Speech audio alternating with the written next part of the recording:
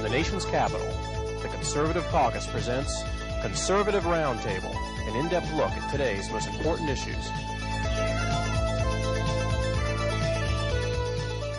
Welcome to Conservative Roundtable. I'm Howard Phillips, chairman of the Conservative Caucus, which sponsors these broadcasts. We're very pleased to have as our guest for this broadcast Ron Kessler, who, among other things, is the chief Washington correspondent for Newsmax.com. Ron, thanks very much for joining us. What is Newsmax.com? It's a website and also a magazine. The website has 2 million unique visitors a month. It has a conservative orientation, but it's factual material. So it presents stuff that the mainstream media suppresses or ignores. And the magazine is the largest conservative monthly. It has a readership of 500,000. That's tremendous. And you're a man who has achieved great success as a writer, as a journalist. You have won twice the George Polk Award for distinguished journalism. What do you do as chief Washington correspondent for Newsmax? I pick up things that the rest of the media ignore, and one example is a recent piece on John McCain. John McCain has this incredible temper, which other members of the Senate are all aware of, to the point where, for example, if another senator asks for his support, or he asks for support from another senator for his race, and the senator says, "I'm sorry, I'm already committed to Bush," McCain will say, "F you," and just blow up and start screaming and never talk to this person again, literally. And I had on the record former Senator Bob Smith, a fellow Republican, a fellow conservative, a fellow member of the Armed Services Committee, dealt with him almost every day. And he said on the record that he's never seen anything like this, that it's just uncontrolled anger. Now, do we want someone like that in the White House, regardless of the politics, regardless of right or left? This is someone who simply, with a finger on the button. Yeah, exactly. Is unstable, and the mainstream media will not touch it. They're aware of it because it's whispered about, and everyone in the Senate knows about it. But they love him because he massages them, he gives them access, he pretends to be open about his failings, but he doesn't talk about this. I can tell you that. Was there any kind of response from McCain directly to the report that you filed? They said no comment. No comment when I asked them for a response. And afterwards, Tucker Carlson had me on his show, and Tucker said on the air that McCain's office called him and said, they're very unhappy about them having me on. They shouldn't have me on, which is incredibly threatening. The implication is you better suppress this, or we won't ever cooperate with you again. So I'm very thankful that I can tell the truth about things like this that the rest of the media will not tell the truth about. And the CEO of Newsmax, Chris Ruddy, started this, I think, in 1989, and has really turned it into a very successful operation. Chris has been my friend for a number of years. I'm tremendously impressed with his entrepreneurial effectiveness and his leadership with Newsmax. And I'm delighted to see it doing so well. I'm a subscriber. I read it regularly. I pick up the Newsmax stories every day from the Internet, and they're very good. Now, do you feed many of those stories into Newsmax? Is that something you do? Yeah, I directly write the stories. They appear on the web. They're searchable, of course, after that, and then most of them appear in the magazine as well. I just interviewed Andy Card yesterday, and I'd done a previous book called The Matter of Character Inside the White House with George W. Bush, which they cooperated on and Andy cooperated on. So this was his first print. Well, you and I are both from Massachusetts, and so's Andy Card. Exactly. In fact, and so's George Bush, actually. Yeah. Or the Bush family. Yeah. He said he still likes the Christian Science Monitor, which is something that we subscribe to in Belmont. I used to spend an occasional evening at the home of Irwin D. Canham. A friend of mine was dating Canham's daughter, and we had some delightful conversations with Canham when he was editor of the Monitor, and he was the the host of a regular news program, I think on WGBH, the educational TV station in Boston. And I read the Monitor now only occasionally, but it always had exceptionally valuable foreign policy coverage. Yeah. And covering things balanced and fair. Things you could not get elsewhere in many cases. No. Now you've written a great many books, and your current you have a book about Mrs. Bush, and I think you have a book about the president as well. How do you promote those books? In addition to making yourself available for interviews such as this, do you have an advertising firm that promotes it? Do you have an agent who helps you? How do you do it? They're published by major publishers who have PR people, and in the case of the Laura book and the Bush book, they also hired a conservative publicity firm. And I can't complain about at least the TV coverage. You know, on the book about Laura, it's called Laura Bush, An Intimate Portrait of the First Lady, and it's the first time she's cooperated on a book. I was on, almost every TV show. So, what do you consider a success in terms of numbers of books sold? Well, that's very relative, of course, like everything else in the world. I think most people would think that 50,000 is a good starting point because that might get you on the New York Times list. The Laura Bush book did much better than that.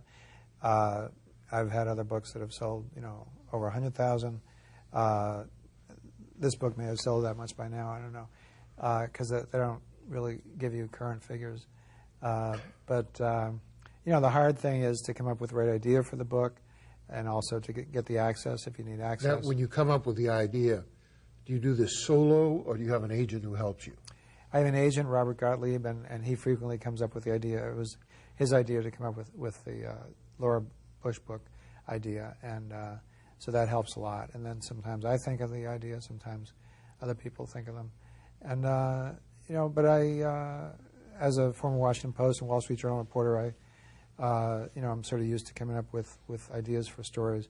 On Newsmax, I did another story about Ken Mehlman, and as chairman of the Republican National Committee, and what he's been doing behind the scenes to win.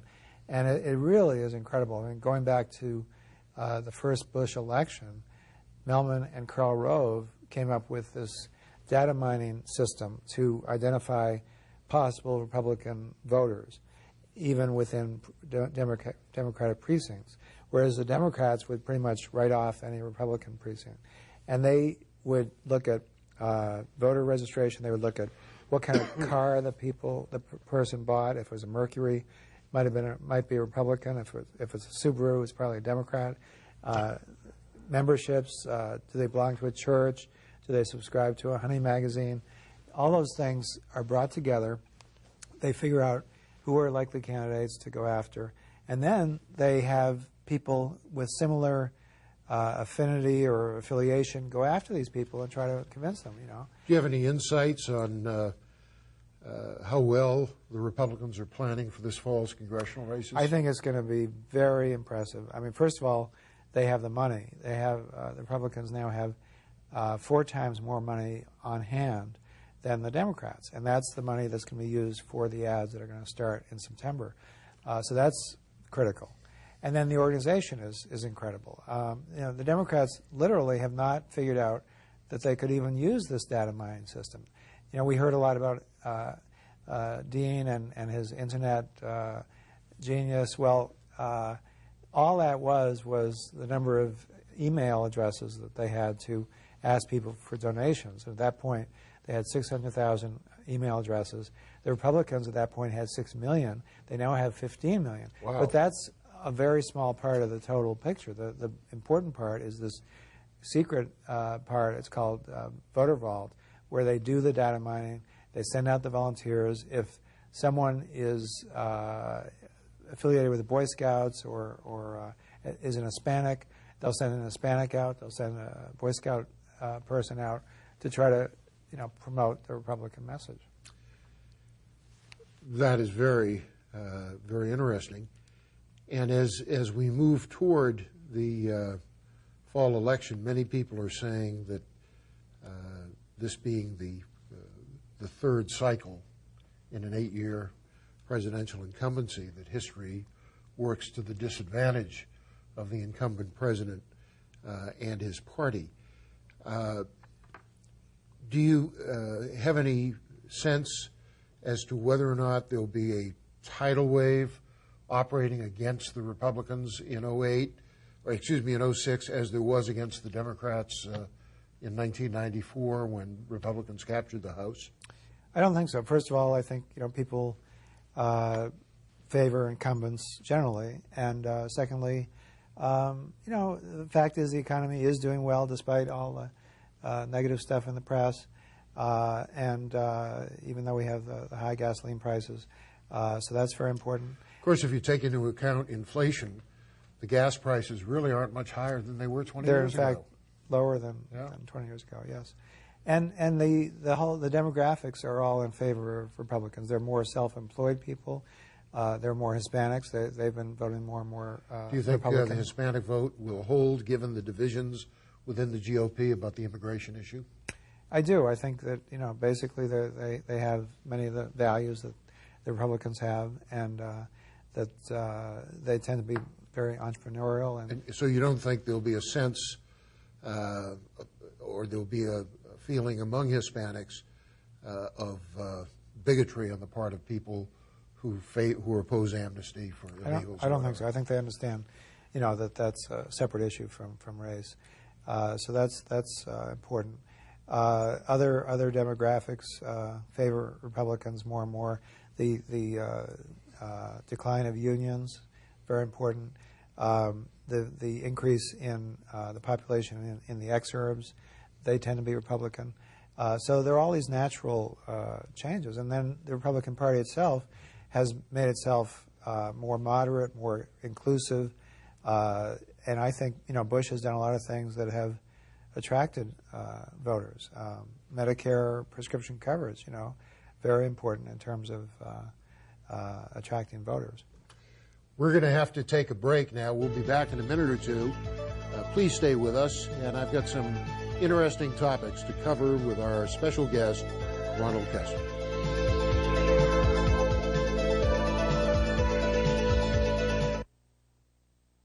There are many conservative organizations, but the Conservative Caucus is unique in that our standard for evaluating public policy is the Constitution of the United States.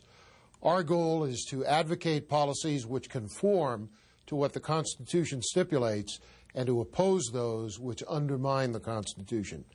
It's clear that the federal government has only those powers which are provided in the Constitution, which were initially delegated by the states to the federal government or which were subsequently added by amendment. If we adhered to that principle, your taxes would be lower and your liberties would be more secure. The Conservative Caucus, www.conservativeusa.org or 703-938-9626. Here's how you can become a citizen lobbyist and influence how your representatives vote. Write a letter to your congressmen and senators. Speak out on a call-in talk radio program. Write a letter to the editor of your local newspaper and call the Conservative Caucus for more information at 703-938-9626.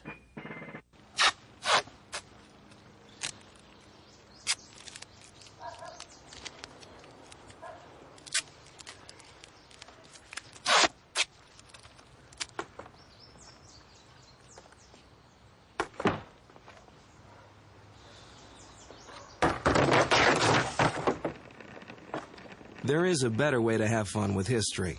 Visit americaslibrary.gov. Log on, play around, learn something. Come on, you're going to tell me that buying one imported towel is going to cost someone their job? Ever tried shopping for clothes with a 4-year-old? I can't be looking for where the stuff is made. Since 1980, nearly 500,000 Americans who make apparel and home fashions have lost their jobs, even though the quality of our products is second to none, which makes you wonder if it's foreign competition that's hurting us. So the shirt's imported. Who's it going to hurt? Or if it's us that's hurting us. Buy American, and Americans work.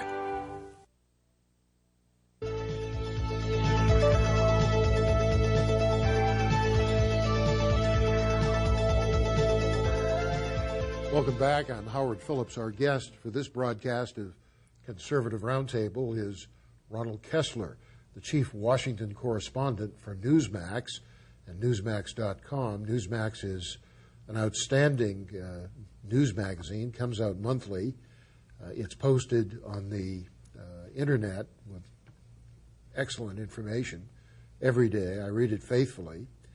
And many of the stories that you find in Newsmax are produced by our guest, Ronald Kessler, who has a distinguished journalistic background, writing for the Washington Post, the New York Times, and the Wall Street Journal, and other publications. Am I correct that you wrote for the Times? No, just New York Times bestselling author. Okay, that's right. Yeah. You could find him in the Times because of the success of his books. I apologize for that error. We were talking about the Bush administration before we went to break, and I know you had unusual access to the Bush family and to the Bush team. Did you develop any sense of who President Bush and Mrs. Bush might prefer to see on the Republican ticket for president and or vice president in 2008? Well, Bush, of course, has said that he would like his brother to run and is trying to convince him. And I think, if Bush's popularity turns around, and I think it will, as some of these long-range policies start to bear fruit, it's possible that Jeb would run. I don't see him as vice president. I don't think he would run for that. Laura said that she would like Condi as president. I think, they pretty much would support most of the possible candidates. Bush is very committed to continuing the Republican majority, and that's very important to him. John McCain has made an extraordinary effort to overcome his Y2K opposition to George Bush and has tried to position himself as Bush's #1 ally in the U.S. Senate. And Bush has rolled over for McCain on issues such as the McCain-Feingold anti-free speech bill, as I would call it. Do you think that McCain is someone about whom President Bush would be enthusiastic? No, I think to Bush, character is very important, and this evidence of McCain flying off the handle, being arrogant, is something that Bush, really, really would not put up with. What about Giuliani? I think he would go for Giuliani. Security is so important. The war on terror is so important. It's #1 in Bush's mind. Every single morning he sees the threats and, has done so much to make us safer. That's why we haven't been attacked in almost 5 years. We're taping this program in mid-July, and I'm not supporting any of the candidates, but I must say I've been very impressed with the way in which Newt Gingrich has handled himself on issues. He was on Meet the Press this past weekend with Joe Biden, and he came across as very knowledgeable, indeed very presidential. He also has separated himself from the president on a number of issues and has tried to draw distinctions. What kind of relationship is there between the president and former Speaker of the House, Gingrich? Very little relationship. Bush, is more moderate, didn't like the whole idea of, tear down the education department, shut down the government. So there's quite a difference in approach. Just on your own, what do you think of the possibility of Gingrich being a major factor in the 2008 race? I don't see it at all. He is certainly brilliant. He is great on many issues, but I don't think he would attract the support that he would need. He has many skeletons in his closet, but people have short memories in politics, and he is clearly a brilliant man who has carefully defined his views on every issue from immigration to the so-called war on terror. Let me talk about some of the other books that you have written and which focus on subjects of great interest to me. One of those books was The Bureau, The Secret History of the FBI. I grew up as a big fan of J. Edgar Hoover. When I was in the government running a couple of agencies, after Hoover was gone, I was very disappointed to see the low quality of the work being done by FBI personnel on issues that related to investigative reports they had brought to my attention. What was your impression of J. Edgar Hoover and of his legacy? Well, Hoover certainly founded the best law enforcement agency in history, and was very farsighted in developing a laboratory, this filing system. He would not put up with brutality. He was very meticulous about doing things in a factual way. But at the same time, he had this abusive side where he engaged in real spying against Americans, as they now call it. We're not spying, we're just trying to find terrorists. He was in a position, because of his access to all kinds of information, to in effect blackmail a number of presidents. Exactly, presidents and members of Congress. That's always been a subject of debate whether he really did that. But I in this book interviewed people who were subject to this blackmail. And for example, a former administrative assistant to one of the most powerful members of Congress said that he had been having some affairs, and this FBI agent came around and said, we understand, you've been doing this, and of course we want more money for the FBI building. And this person said, well, I hope you have photographs because I want to show the boss. And that was the end of that blackmail. But that is the way Hoover operated. Mm-hmm. Very interesting. Now, Hoover, I believe, was in charge of the FBI at the time of the assassination of John F. Kennedy. Have you drawn any conclusions about the follow-up to that assassination, about who was involved, and what we may learn in 2013 when the Warren Commission report is made public and the details are made public? There were some rough spots. The FBI was trying to cover up the fact that they knew something about Lee Harvey Oswald. The Warren Commission wanted to not get into World War III with Russia, and so they tried to downplay a possible Russian connection. But in the end, I do believe it was Oswald. I think the forensics do confirm that. I've interviewed some of the FBI agents who were the ballistics experts. Typically, assassinations are done by these nuts, and that's what he was. People can't accept that. They think it must be some grand conspiracy. Certainly there were all these enemies of JFK, the Russians, the Cubans, the Mafia. So people come up with these theories. But no, it would have required such a vast conspiracy of people who certainly by now could have talked about it, and they haven't. Before we go to our last break, one person who couldn't talk about it was killed, Jack Ruby. Any thoughts about his role in this whole thing? Why did he shoot Lee Harvey Oswald? He just hated Lee Harvey Oswald. He did pass a polygraph test on whether he had any other connections, and he didn't. He was offended by what Oswald had done, and sometimes, in fact, most of the time, the simplest motives explain what happens in the world, and most of the time it's not a conspiracy. Sometimes it is, but sometimes it's just, in this case, hatred of everything that Oswald stood for. Stay with us. We have to take our final break. We'll be back in a minute or two for some last words from Ronald Kessler. Thanks for watching.